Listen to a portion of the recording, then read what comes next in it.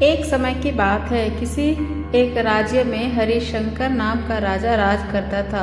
उस राजा के 3 बेटे थे। उसकी ख्वाहिश थी कि वो उसका सबसे काबिल बेटा उसकी राजगद्दी संभाले, लेकिन वो इस बात को लेकर संशय में था कि तीनों में से किसे वो अपना राजपाट सौंपे।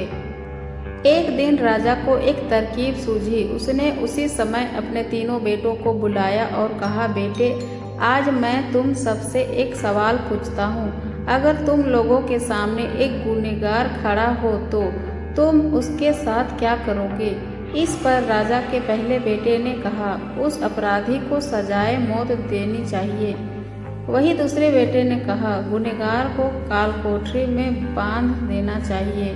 जबकि तीसरे बेटे ने कहा, पिताजी, हमें उसे सजा देने से पहले इस बात की जांच कर लेनी चाहिए कि उसने सही में अपराध किया है या नहीं। इस पर राजा के तीसरे बेटे ने सभी को एक कहानी सुनाई। एक राजा था जिसके पास एक बुद्धिमान तोता था। एक बार उस तोता ने महाराज से कहा, मुझे अपने माता और पिता के पास जाना है। राजा ने उसकी बात नहीं मानी, लेकिन तोता ने हार नहीं मानी। वो लगातार महाराज से जिद करने लगा कि मुझे माता पिता के पास जाने दे। अंत में राजा ने तोता की बात मान ली और कहा, ठीक है, तुम अपने माता पिता से मिलकर आओ, लेकिन वहाँ ज़्यादा दिन नहीं रुकना। राजा ने तोता को केवल 5 दिन की अनुमति दी और कहा, तुम 5 दिन में अपने परिवार वालों से मिलकर लौट आना। इसके बाद तोता 5 दिन के लिए अपने माता पिता के पास चला गया। छठे दिन जब वो राजा के पास लौट रहा था तो उसने सोचा कि क्यों ना वो महाराज के लिए कुछ उपहार ले लिया जाए।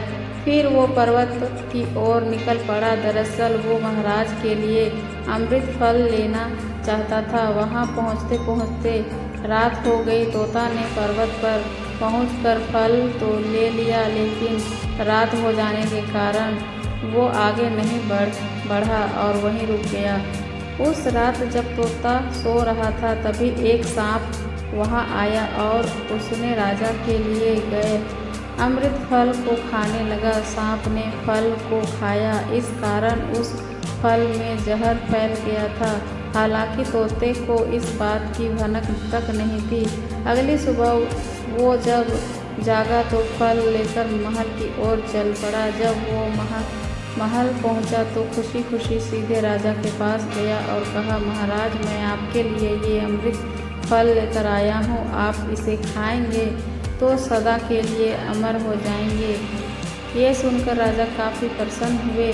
उन्होंने तुरंत उस अमृत फल को खाने के लिए मांगा। इस पर एक मंत्री ने कहा, जरा रुकिए महाराज, आप इस फल को बिना जांच किए कैसे खा सकते हैं? एक बार ये देख तो लीजिए कि तोता द्वारा लाया गया अमृत फल सही है या नहीं। राजा उस मंत्री की बात से सहमत हुआ और कहा कि तुरंत इस फल को एक कुत्ते को खिलाया जाए। राजा का आदेश पाकर सैनिक ने फल का एक टुकड़ा कुत्ते को खिलाया। फल खाते ही कुत्ते की मौत हो गई। ये देखकर राजा गुस्से से आग बबूला हो गया। उसने क्रोध में आकर तलवार से तोता के सिर को काट दिया, साथ ही फल को फेंकवा दिया। कुछ साल बाद ठीक उसी स्थान पर एक पौधा निकल आया। ये देखकर राजा को लगा कि ये उसी जहरीले फल का पौधा है। उसने सभी को आदेश दिया कि उस पेड़ का फल कोई नहीं खाएगा। कुछ दिन बाद एक वृद्ध व्यक्ति उस पेड़ के नीचे आराम करने के लिए रुका। उसे भूख भी काफ़ी जोर से लगी थी। उसने उस पेड़ की फल तोड़ा और खाने लगा। फल खाने के बाद वो बूढ़ा व्यक्ति एकदम से जवान हो गया।